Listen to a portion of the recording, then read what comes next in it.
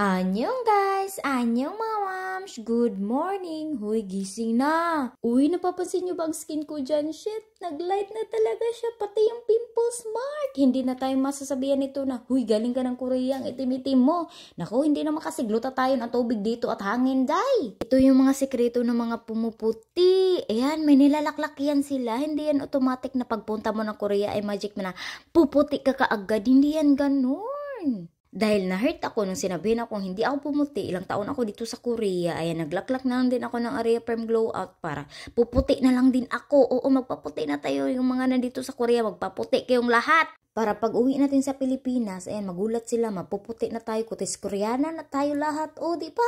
Kasi ganun ang expectation nila. Pag galing ka ng ibang bansa, ay, kutis labanos ka na, maputi ka na. Oo. Kaya kung ako sa'yo, maglaklak ka na din. Tayong lahat mga nasa abroad, maglaklak tayo para puputi tayo. O, diba? Anyong?